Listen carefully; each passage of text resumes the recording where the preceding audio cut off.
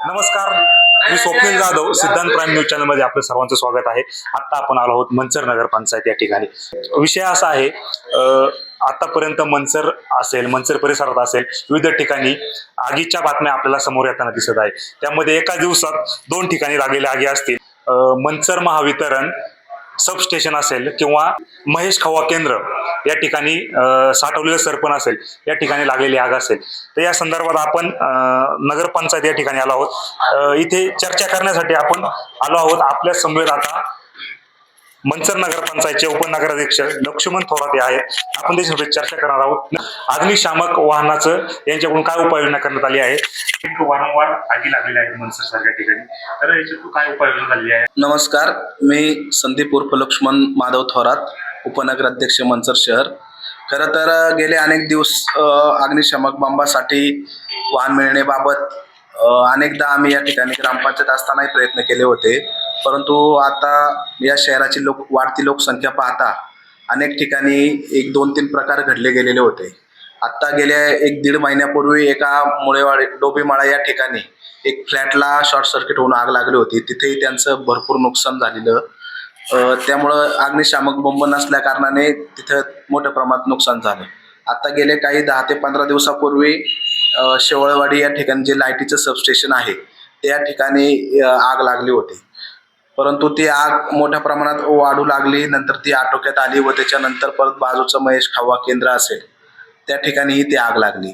आपल्याला अग्निशामक बंब खेड नगरपंचायतीचा असेल, जुन्नर नगरपंचायतीचा असेल यांचा बोलवावा लागला.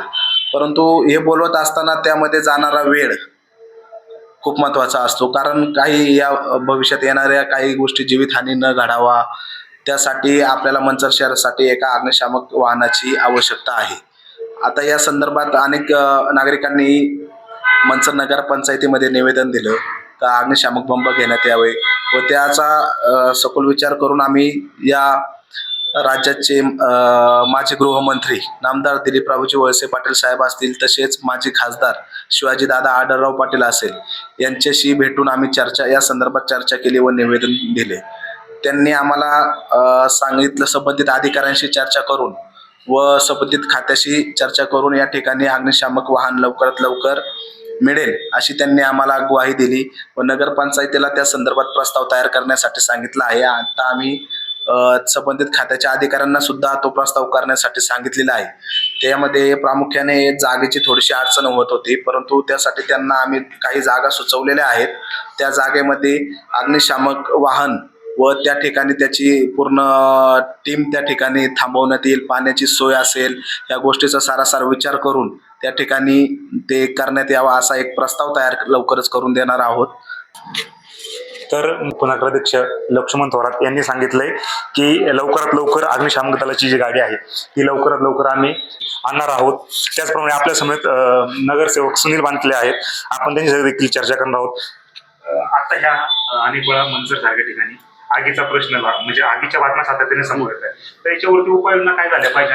आता आमचे उपनगराध्यक्ष लक्ष्मण थोरात यांनी सांगितलं आणि त्या संदर्भात मागच्या आमच्या मासिक मिटिंगला सुद्धा विषय झाला.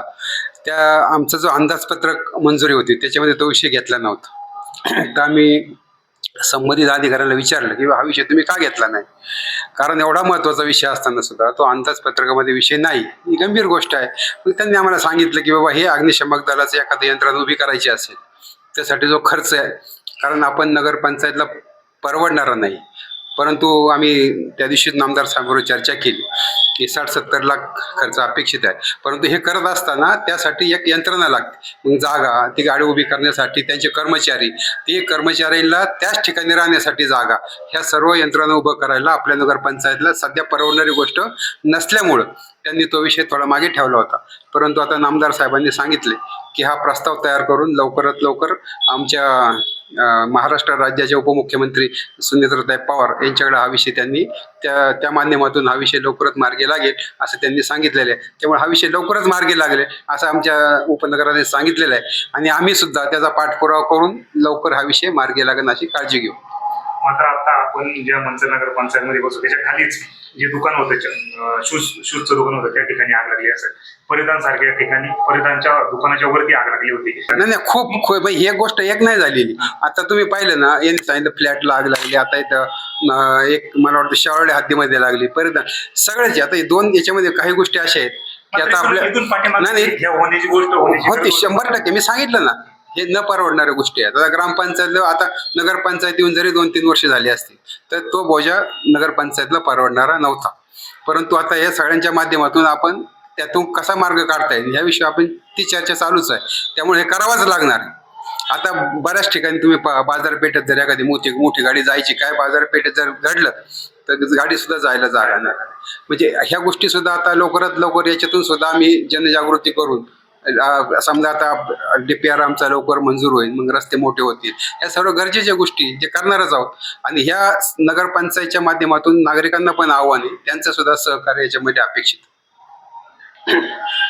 तर माननीय नामदार दिलीपरावजी वळसे पाटील यांच्याकडे पाठपुरावा करून जी अग्निशामक दलाची गाडी आहे ती लवकरात लवकर या मंचर नगर पंचायतला मिळेल असं या ठिकाणी सुनील बानकेले असेल, उपनगराध्यक्ष लक्ष्मण थोरात असेल यांनी सांगितलं. अग्निशामक दलाची जी गाडी ती येणं किती गरजेचं आहे काय सांगा? आता तुम्ही पाहिलं मागच्या आठवड्यात आपल्या खानवस्ती येथे शॉर्ट सर्किट झालं आणि MSCBच्या बाजूला जे ऊस पेटवला गेला त्या ऊस पेटवल्यामुळे तो MSCB मध्ये त्याची तिथं आग लागली आणि आग लागल्यामुळे ते MSCBचं भरपूर असं नुकसान त्या परिसरात झालं. आणि तेच आगीचं परिणाम पलीकडे जे महेश खवा केंद्र होतं तिथं झालं. परंतु ही जर आपल्याकडे जर अग्निशामक बंब असेल तर कोणत्याही ठिकाणी आग लागली किंवा एखादा फ्लॅट जळाला किंवा एखादं दुकान जळालं तर आपल्याकडे जर त्या अग्निशामक बंब असेल तर पटकन त्वरित आपल्याला ती कार्यवाही करता येईल, त्या ठिकाणी आपल्याला तो बंब पाठवता येईल. आणि जर मागच्या आठवड्यात आपल्याला खेडचा अग्निशामक बंब आणावा लागला, त्या अग्निशामक बंब नसता तर तिथं भरपूर मोठ्या प्रमाणात हानी झाली असती, लाकडं जळाली असती. आणि हा जर असेल तर आपल्या मंचरकरांसाठी एक दिलासादायक गोष्ट आपल्या मंचरकरांसाठी आहे. त्यासाठी काय पाठपुरावा केला? आणि त्यासाठी आता आम्ही मागे सोमवारी आम्ही सर्व नगरपंचायतचे नगरसेवक आमचे लक्ष्मण थोरात, सुनील बानकेले आम्ही सर्वजण नामदार साहेबांकडे गेलो होतो आणि खासदार साहेबांच्या पण कानावर तो विषय घातला होता. आणि यातून नामदार साहेबांनी त्या दिवशी आमचा विषय समजून घेतला आणि त्यातून मार्ग काढण्याचा त्यांनी 100% आम्हाला आश्वासन दिले. येथील भविष्य काही महिन्यात अग्निशामक बंब नामदार साहेबांच्या माध्यमातून आम्हाला या ठिकाणी उपलब्ध होणार आहे आणि तो मंचरकरांच्या सर्व हे जे प्रश्न आहेत त्यासाठी चांगला दिलासादायक निर्णय आहे. तर माननीय नामदार दिलीपरावजी वळसे पाटील यांच्या माध्यमातून लवकरच हे अग्निशामक बंबाचा गाडीचा जो विषय आहे तो लवकर मार्गी लागणार आहे असं या ठिकाणी मंचर नगर पंचायतच्या वतीने सांगण्यात आलं आहे. तुम्ही पाहत राहा सिद्धांत प्राईम.